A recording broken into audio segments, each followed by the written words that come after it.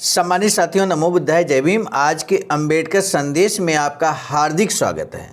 आज का अंबेडकर संदेश एक विषय विशेष पर होने वाला है और वो बाबा साहब का स्पीच ना होकर बल्कि एक लेख है। और विषय हम आपको सीधे सीधे बता देते हैं, भारतीय प्रजातंत्र का भविष्य क्या है। यदि यही प्रश्न आपके समक्ष उठे और कोई भी आपसे पूछे कि बताइए भारतीय प्रजातंत्र का भविष्य क्या है, तो आप क्या बताएंगे। और साथ ही साथ बाबा साहब ने इस संबंध में भारतीय प्रजातंत्र का विषय क्या है, इस संबंध में अपने विचारों को साझा करते हुए क्या कुछ लिखा है, उस लेख को आज हम आपके समक्ष रखने वाले हैं। बाबा साहब डॉक्टर अंबेडकर संपूर्ण वाङ्मय खंड 40 में प्रथम भाग के रूप में हम लेकर उपस्थित हुए हैं। चूँकि लंबा लेख है और इसलिए दो भागों में ब्रेक किया गया। पेज नंबर 506 से 508 तक का लेकर हम उपस्थित हुए हैं। इस विषय के अंतर्गत दिनांक 20 मई 1956 बाबा साहब के हस्ताक्षर होते हैं, BR अम्बेडकर, 26 अलीपुर रोड, नई दिल्ली से। बाबा साहब लिखते हैं कि मुझे विषय दिया गया है भारतीय प्रजातंत्र का भविष्य क्या है। इस विषय पर बाबा साहब को संबोधन देना था और अक्सर बाबा साहब संबोधन देने से पहले अपने स्पीच को लिख लिया करते थे ताकि महत्वपूर्ण बातें छूट ना जाएं। बाबा साहब लिखते हैं कि कई लोग अभिमानपूर्वक इस विषय पर बोलते हैं मानो प्रजातंत्र ही शुरू से भारत देश की व्यवस्था रही हो। विदेशी लोग भी बातचीत के दौरान सम्मान प्रदान करते हुए भारत का महान प्रजातंत्र और भारत के महान प्रधानमंत्री कह देते हैं। किसी तरह की जानकारी के मान लिया जाता है कि जहां गणराज्य होगा वहां प्रजातंत्र होगा ही। मेरे सम्मानित साथियों, और क्या कुछ बाबा साहब ने लिखा है इस विषय पर, भारतीय प्रजातंत्र के भविष्य के विषय में क्या कुछ लिखा है, हम जरूर आपके समक्ष रखेंगे। लेकिन एक निवेदन करने के बाद हम आगे बढ़ेंगे। निवेदन हमारा यही है कि आप हमारे इस चैनल आवाज़ का ऑफिशियल को अगर अभी तक आपने सब्सक्राइब नहीं किया है तो चैनल को सब्सक्राइब जरूर कर लें, बेल आइकन के साथ में। आइए अब आगे बढ़ते हैं। बात साहब लिखते हैं कि ये भी माना जाता है कि वयस्क मतदान पद्धति के सिद्धांतों के अनुसार संसद का गठन होकर कानून बनाने का काम विशिष्ट काल अवधि तक लोगों द्वारा चुने गए प्रतिनिधि करते हैं, वहाँ प्रजातंत्र होगा ही। दूसरे शब्दों में कहें तो प्रजातंत्र को एक राजनीतिक साधन माना जाता है और जहाँ ये राजनीतिक साधन प्रचलन में हो वहाँ प्रजातंत्र का होना भी ग्रहित माना जाता है। भारत में प्रजातंत्र है या नहीं, सच क्या है। गणराज्य और जनतंत्र की तरह ही जनतंत्र और संसदीय शासन को समान माने जाने के कारण जो गड़बड़ पैदा होती है उसे दूर किए बगैर इन सवालों का सही जवाब सामने नहीं आ सकता। गणराज्य या संसदीय शासन पद्धति से प्रजातंत्र पूरी तरह भिन्न है। प्रजातंत्र की जड़ें, प्रशासन का प्रकार संसदीय हो या अन्य, इसमें दिखाई नहीं देता। प्रजातंत्र सहजीवन का एक तरीका है। लोगों के द्वारा निर्मित समाज में सामाजिक संबंध और लोगों की परस्पर बीच के सहजीवन में प्रजातंत्र की जड़ें खोजनी पड़ती हैं। समाज शब्द क्या ध्वनित करता है, अर्थात समाज किसे कहते हैं।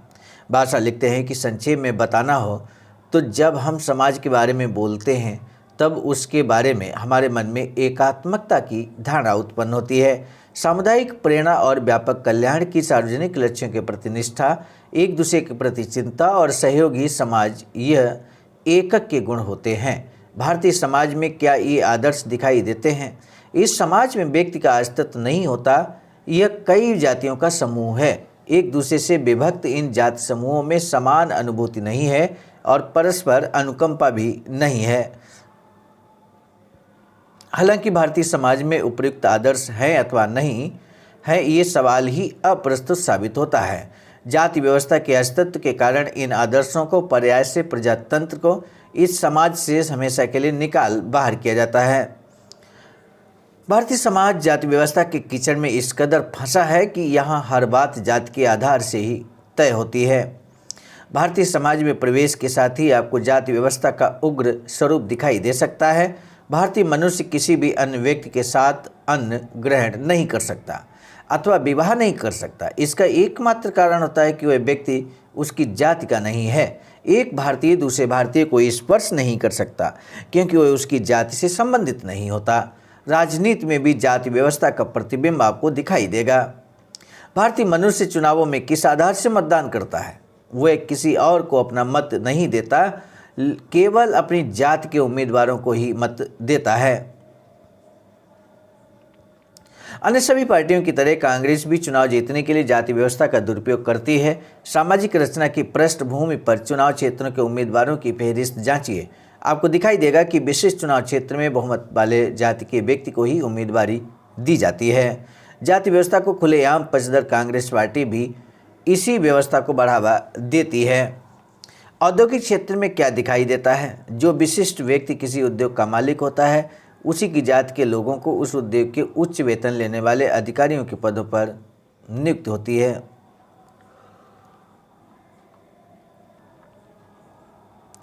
अन्य लोग कम वेतन के निम्न पदों पर जिंदगी भर झूलते रहते हैं। व्यापार के क्षेत्र में भी यही तस्वीर दिखाई देगी। पूरे व्यापार समूह पर एक ही जाति का नियंत्रण होता है और उसके दरवाजे पर पट्टी लटकी होती है कि किसी भी अन्य जाति के लोगों का प्रवेश नहीं है। दान धर्म के क्षेत्र पर एक नज़र डालें। एक आध कोई अपवाद अगर छोड़ दें तो भारत में दान धर्म भी जाति के आधार से ही किया जाता है। पारसी व्यक्ति अपनी मृत्यु के बाद अपनी सारी संपत्ति पारसी लोगों के नाम ही करेगा। जैन व्यक्ति की मृत्यु होती है तो वह अपनी सारी संपत्ति जैनियों के लिए ही आरक्षित रखेगा। मृत्यु के बाद मारवाड़ी अपनी संपत्ति मारवाड़ी समाज के लिए ही आरक्षित कर रखता है। ब्राह्मण की मृत्यु के बाद वह अपनी सारी संपत्ति ब्राह्मण के नाम ही रखता है। इस प्रकार राजनीति, उद्योग, वाणिज्य और शिक्षा किसी भी क्षेत्र में पिछड़ी जाति के लिए प्रवेश नहीं है। जाति व्यवस्था की कुछ और भी खासियतें हैं, उनका बुरा असर होता है और प्रजातंत्र के लिए वह प्रतिकूल साबित होते हैं। जाति व्यवस्था की एक खासियत है श्रेणीबद्ध विषमता।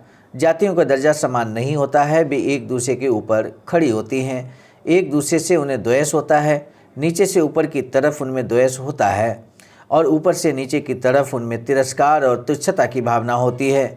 जाति व्यवस्था की इस खासियत के कारण होने वाले सबसे घातक परिणामों में हम परस्पर सहयोग की भावना और इच्छा को ही नेस्तनाबूद कर न जोड़ सकते हैं। वास्तव में जाति और वर्ग में भिन्नता यह है कि जाति व्यवस्था की तरह वर्ग व्यवस्था भी में पूर्ण बहिष्कार नहीं होता। जाति व्यवस्था का दूसरा बददिमाग परिणाम है विषमता। वास्तव में दिखाई देता है कि दो जातियों के बीच की आक्रोश और प्रतिक्रियाएं एकांगी होती हैं। उच्च जाति के लोग विशिष्ट तरीके से पेश आएं और निम्न जाति के लोग तय ढंग से ही प्रतिक्रिया दें। मतलब कि विभिन्न जातियों को प्रोत्साहन की और उसके अनुरूप प्रतिक्रिया व्यक्त करने के समान मौके उपलब्ध न होने के कारण परिणाम स्वरूप उसमें कुछ को मालिक बनने की शिक्षा मिलती है और कुछ को गुलाम बनने की। जीवन के विभिन्न अनुभवों के मुक्त आदान प्रदान को प्रतिबंधित किए जाने के कारण हर घटक अपने प्राकृतिक अधिकारों से वंचित रह जाता है। सो विशेषाधिकार वाले और प्राकृतिक अधिकार छीने गए लोगों के दो वर्ग समाज में पैदा होते हैं। इस प्रकार का विभाजन सामाजिक आदान प्रदान अर्थात सोशल एंडोस्मोसिस को प्रतिबंधित करता है। यानी कि इस प्रकार का विभाजन सामाजिक आदान प्रदान को प्रतिबंधित करता है। आज का अम्बेडकर संदेश यहीं तक, ताकि ज़्यादा लंबा अम्बेडकर संदेश ना हो।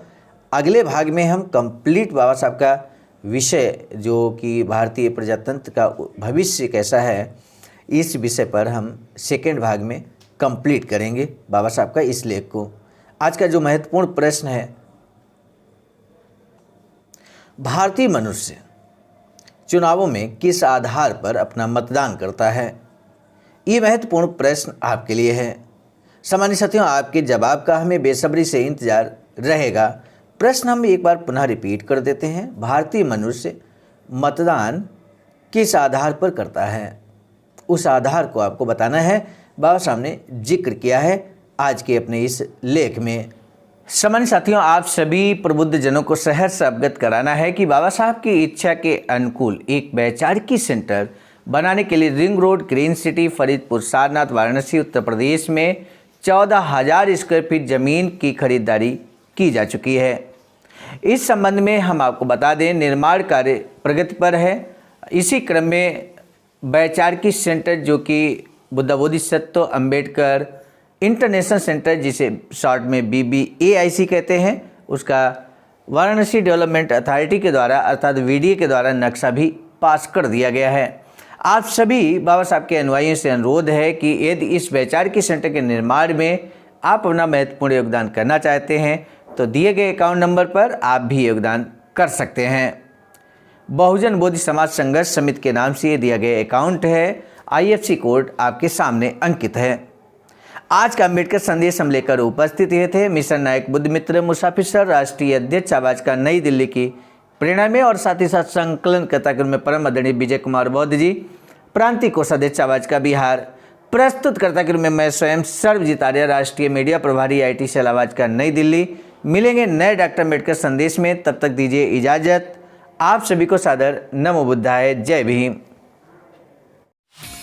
सम्मानित साथियों, यदि आप हमारे इस चैनल आवाज़ का ऑफिशियल, जिस पर नियमित सुबह 5 बजे डॉक्टर अंबेडकर संदेश आपको मिलता है, आप हमारे इस चैनल को सपोर्ट करना चाहते हैं तो हमारा आपसे निवेदन है कि आप हमारे इस चैनल को सब्सक्राइब कर लें, वीडियो को शेयर, लाइक, कमेंट जरूर करें।